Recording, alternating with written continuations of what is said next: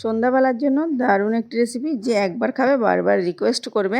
বাড়ির ছোট বড় সকলে ভীষণ পছন্দ করবে। যে কোনো সময় চায়ের আড্ডায় বা সন্ধ্যাবেলা স্ন্যাক্স হিসেবে বা ইফতারিতে অসম্ভব মজা যাকে বলে।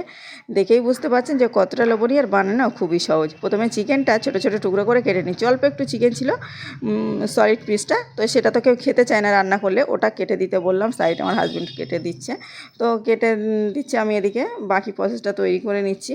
আর এদিকে চিকেনটা কাটা হয়ে গেছে, ভালোভাবে জল পরিষ্কার করে আমি কিন্তু ধুয়ে নিয়েছি। ধুয়ে একটা ছাঁকনিতে করে রেখে দিয়েছিলাম, জলটা ঝরিয়ে নিয়েছি। চাইলে কিন্তু কম সময় বানাতে গেলে একটা টিস্যু পেপারের উপরে রেখে মুছে নিতে হবে। আর তারপরে চিকেনটা একটা মিক্সিং বোলের ওপরে নিয়ে মিক্সিং বোলের মধ্যে দিয়ে নিলাম চিকেনটা। আর কোনো রকম এখানে জল নেই। এখন টক দই দিয়ে নিচ্ছি 3 টেবিল চামচ পরিমাণ। এখানে চিকেনের অনুযায়ী টক দইটা তিন টেবিল চামচ দিলাম। 1 টেবিল চামচ আদা রসুন পেস্ট দিলাম। আর দিয়ে নিচ্ছি স্বাদ অনুযায়ী লবণ। আর হাফ টেবিল চামচ হলুদ গুঁড়ো, হাফ টেবিল চামচ লঙ্কা গুঁড়ো, আর হাফ টেবিল চামচ জিরে মরিচ ধনিয়া গুঁড়ো একসঙ্গে ভাজা মিক্স মশলা দিয়ে নিলাম। এখানে চাইলে মিট মশলা ব্যবহার করতে পারেন। আর টক দইটা হাতের কাছে না থাকলে লেবুর রস দিয়ে নিতে পারেন। দিয়ে ভালোভাবে মাখিয়ে নিচ্ছি। তো চামচ দিয়ে ভালোভাবে মাখানো যাচ্ছিল না, ওই জন্য হাত দিয়ে একটু ভালোভাবে সময় নিয়ে মেখে নিলাম। ভালোভাবে মেখে নেওয়ার পরে এটা রেস্টে রেখে দেবো কিছুক্ষণের জন্য, বাকি প্রসেসটা তৈরি করে নেব। তো দেখুন রেস্টে রেখে দিচ্ছি, আর একদম সফট হয়ে যাবে চিকেনটা একটু রেস্টে রাখলে, যেহেতু টক দই দেওয়া আছে।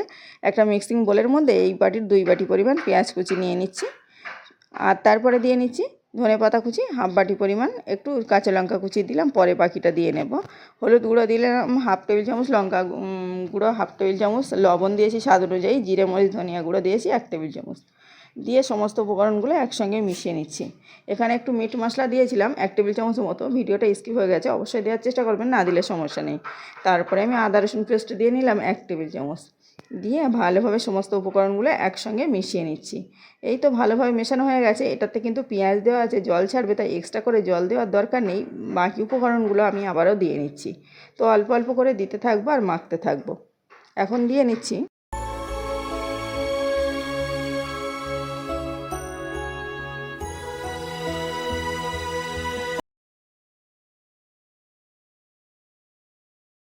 এখানে দিয়ে নিচ্ছি বেসন 3 টেবিল চামচ পরিমাণ, আর ময়দা 4 টেবিল চামচ পরিমাণ। খুব বেশি দিতে হবে না, অল্প করে দিলেই হয়ে যাবে।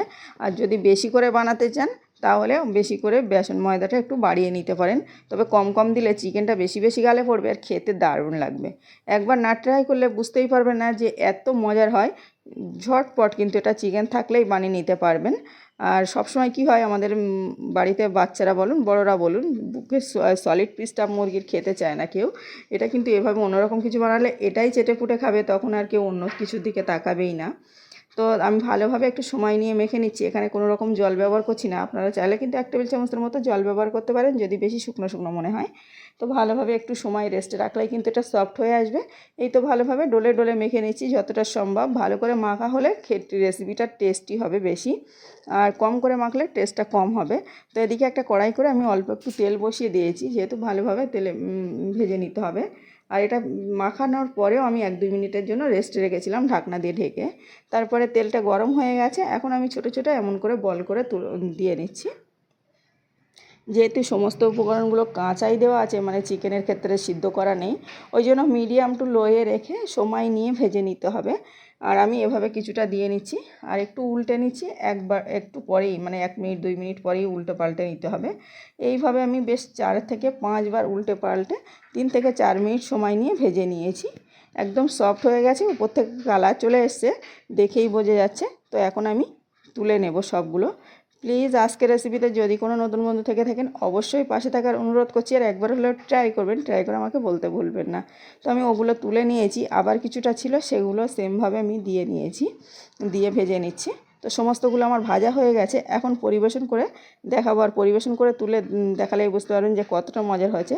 এটা কিন্তু সস বলুন আর যে কোনো, শুধু মুড়ির সঙ্গে সসের সঙ্গে, আর ইফতারিতে তো কোনো কথাই হবে না। যদি এই রেসিপিটা রাখেন সকলের মানে মুখে এত বেশি প্রশংসা পাবেন বলা নেই। অবশ্যই ইফতারিতে ট্রাই করতে পারেন, না হলে কিন্তু মিস করবেন।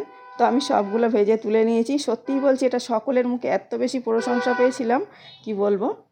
অনেক টেস্টি হয়েছে। আর সামান্য ঘরে থাকা কয়েকটা মাত্র উপকরণ দিয়েই বানিয়েছি, সকলে তো দেখেই বুঝতে পেরেছেন। সবগুলো ভেজে তুলে নিয়েছি, আর এদিকে তোলা হয়ে গেছে। আমি একটা মানে ছিঁড়ে দেখাই, তাহলে বুঝতে পারবেন যে চিকেনটা সফট হয়ে গেছে, একদম সফট, খেতে দারুণ, উপর থেকে ক্রিস্পি, ভিতর থেকে সফট, মানে অসাধারণ কম্বিনেশান।